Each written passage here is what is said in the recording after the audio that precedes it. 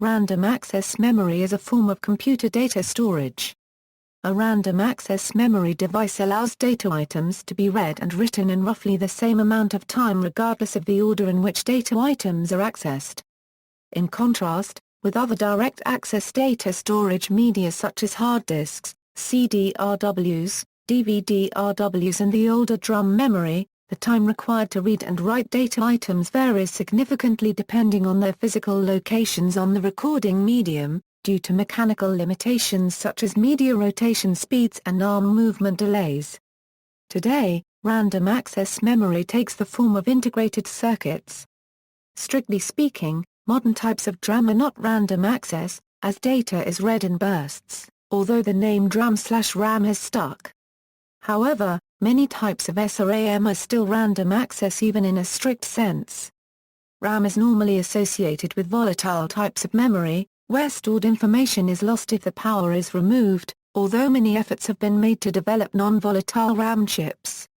Other types of non-volatile memory exist that allow random access for read operations, but either do not allow write operations or have limitations on them. These include most types of ROM and a type of flash memory called NOR flash. Integrated circuit RAM chips came into the markets in the late 1960s, with the first commercially available DRAM chip, the Intel 1103, introduced in October 1970. History. Early computers used relays, mechanical counters or delay lines for main memory functions. Ultrasonic delay lines could only reproduce data in the order it was written. DRAM memory could be expanded at relatively low cost, but efficient retrieval of memory items required knowledge of the physical layout of the DRAM to optimize speed.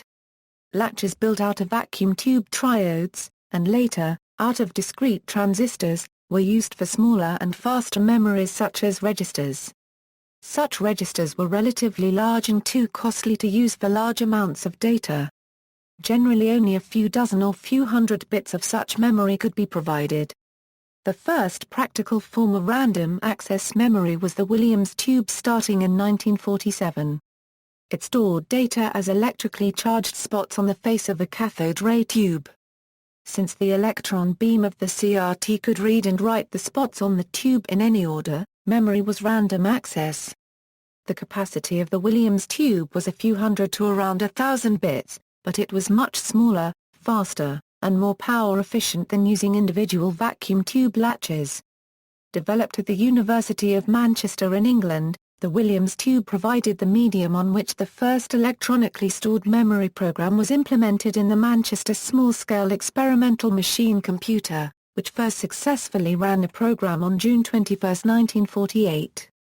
In fact, rather than the Williams tube memory being designed for the SSEM was a test bed to demonstrate the reliability of the memory. Magnetic core memory was invented in 1947 and developed up until the mid-1970s. It became a widespread form of random access memory, relying on an array of magnetized rings. By changing the sense of each ring's magnetization, data could be stored with 1 bit stored per ring. Since every ring had a combination of address wires to select and read or write it, access to any memory location in any sequence was possible. Magnetic core memory was the standard form of memory system until displaced by solid-state memory in integrated circuits, starting in the early 1970s. Robert H. Dennard invented dynamic random access memory in 1968. This allowed replacement of a 4 or 6 transistor latch circuit by a single transistor for each memory bit, greatly increasing memory density at the cost of volatility. Data was stored in the tiny capacitance of each transistor, and had to be periodically refreshed every few milliseconds before the charge could leak away. Prior to the development of integrated read-only memory circuits, permanent random access memory was often constructed using diode matrices driven by address decoders, or specially wound core rope memory planes. Types of RAM. The two main forms of modern RAM are static RAM, dynamic RAM. In SRAM, a bit of data is stored using the state of a flip-flop. This form of RAM is more expensive to produce, but is generally faster and requires less power than DRAM and, in modern computers, is often used as cache memory for the CPU. DRAM stores a bit of data using a transistor and capacitor pair, which together comprise a memory cell. The capacitor holds a high or low charge, and the transistor acts as a switch that lets the control circuitry on the chip read the capacitor's state of charge or change it. As this form of memory is less expensive to produce than static RAM, it is the predominant form of computer memory used in modern computers. Both static and dynamic RAM are considered volatile, as their state is lost or reset when power is removed from the system. By contrast, read-only memory stores data by permanently enabling or disabling selected transistors, such that the memory cannot be altered. Writable variants of ROM share properties of both ROM and RAM, enabling data to persist without power and to be updated without requiring special equipment. These persistent forms of semiconductor ROM include USB flash drives, memory cards for cameras and portable devices, etc. ECC memory includes special circuitry to detect and/or correct random faults in the stored data, using parity bits or error correction code. In general, the term RAM refers solely to solid-state memory devices, and more specifically the main memory in most computers. In optical storage, the term DVD-RAM is somewhat of a misnomer since, unlike CD-RW or DVD-RW, it does not need to be erased before reuse. Nevertheless, a DVD-RAM behaves much like a hard disk drive if somewhat slower. Memory hierarchy. One can read and overwrite data in RAM. Many computer systems have a memory hierarchy consisting of CPU registers, on-die SRAM caches, external caches, DRAM, paging systems and virtual memory or swap space on a hard drive.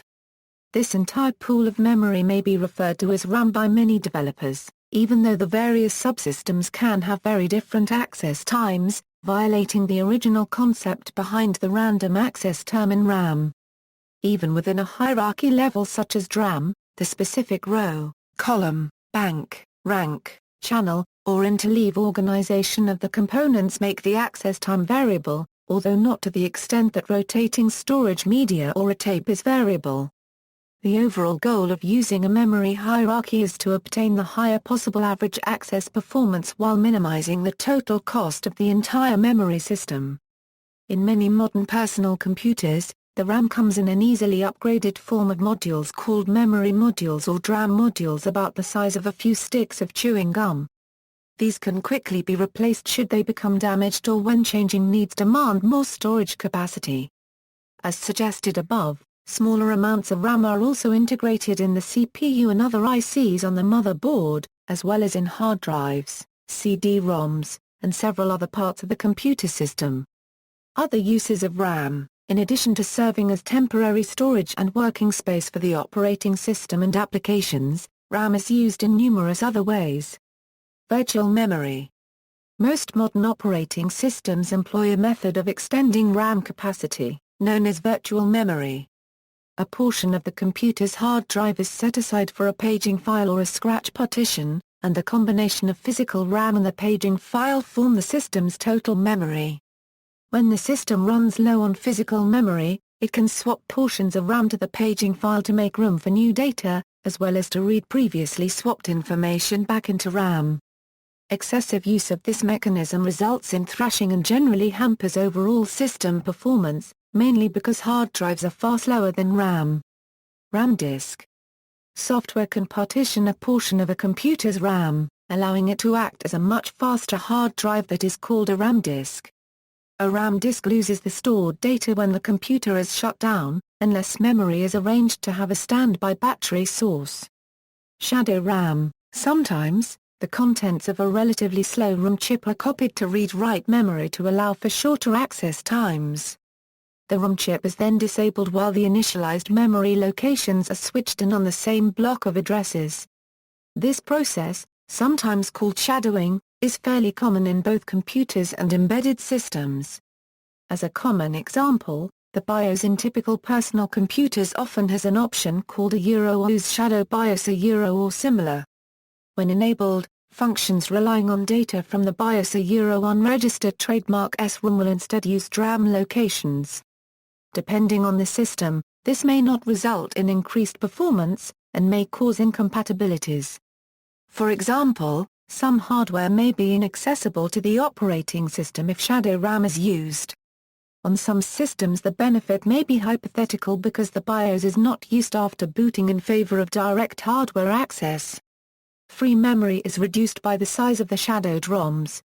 Recent developments, several new types of non-volatile RAM, which will preserve data while powered down, are under development. The technologies used include carbon nanotubes and approaches utilizing the magnetic tunnel effect. Amongst the first-generation SRAM, a 128 kb magnetic RAM chip was manufactured with 0.18 AA micrometer technology in the summer of 2003. In June 2004, Infineon Technologies unveiled a 16 MB prototype again based on 0.18 AA micrometer technology. There are two second-generation techniques currently in development, thermal-assisted switching which is being developed by Crocus Technology, and spin-torque transfer on which Crocus, Hynix, IBM, and several other companies are working. Nantara built a functioning carbon nanotube memory prototype 10 GB array in 2004. Whether some of these technologies will be able to eventually take a significant market share from either DRAM, SRAM, or flash memory technology, however, remains to be seen. Since 2006, solid-state drives with capacities exceeding 256 GB and performance far exceeding traditional disks have become available. This development has started to blur the definition between traditional random access memory and disks, dramatically reducing the difference in performance. Some kinds of random access memory, such as ECO-RAM, are specifically designed for server farms, where low power consumption is more important than speed. Memory wall. The memory wall is the growing disparity of speed between CPU and memory outside the CPU chip. An important reason for this disparity is the limited communication bandwidth beyond chip boundaries. From 1986 to 2000, CPU speed improved at an annual rate of 55% while memory speed only improved at 10%. Given these trends, it was expected that memory latency would become an overwhelming bottleneck in computer performance. CPU speed improvement slowed significantly partly due to major physical barriers and partly because current CPU designs have already hit the memory wall in some sense. Intel summarized these causes in a 2005 document. First of all, as chip geometries shrink and clock frequencies rise, the transistor leakage current increases, leading to excess power consumption and heat. Secondly, the advantages of higher clock speeds are in part negated by memory latency, since memory access times have not been able to keep pace with increasing clock frequencies. Third, for certain applications, traditional serial architectures are becoming less efficient as processors get faster, further undercutting any gains that frequency increases might otherwise buy. In addition, partly due to limitations in the means of producing inductance within solid-state devices, resistance-capacitance delays in signal transmission are growing as feature sizes shrink, imposing an additional bottleneck that frequency increases don't address. The RC delays in signal transmission were also noted in clock rate versus IPC, the end of the road for conventional microarchitectures, which projects a maximum of 12.5% average annual CPU performance improvement between 2000 and 2014. The data on Intel processors clearly shows a slowdown in performance improvements in recent processors. However, Intel's Core 2 Duo processors showed a significant improvement over previous Pentium 4 processors. Due to a more efficient architecture, performance increased while clock rate actually decreased. A different concept is the processor memory performance gap, which can be addressed by 3D computer chips that reduce the distance between the logic and memory aspects that are further apart in a 2D chip. Memory subsystem design requires a focus on the gap, which is widening over time. The main method of bridging the gap is the use of caches. Small amounts of high-speed memory that houses recent operations and instructions nearby the processor, speeding up the execution of those operations or instructions in cases where they are called upon frequently. Multiple levels of caching have been developed in order to deal with the widening of the gap, and the performance of high-speed modern computers are reliant on evolving caching techniques. These can prevent the loss of performance that the processor has, as it takes less time to perform the computation it has been initiated to complete. There can be up to a 53% difference between the growth in speed of processor speeds and the lagging speed of main memory access. See also Notes and references. External links, media related to RAM at Wikimedia Commons, memory prices.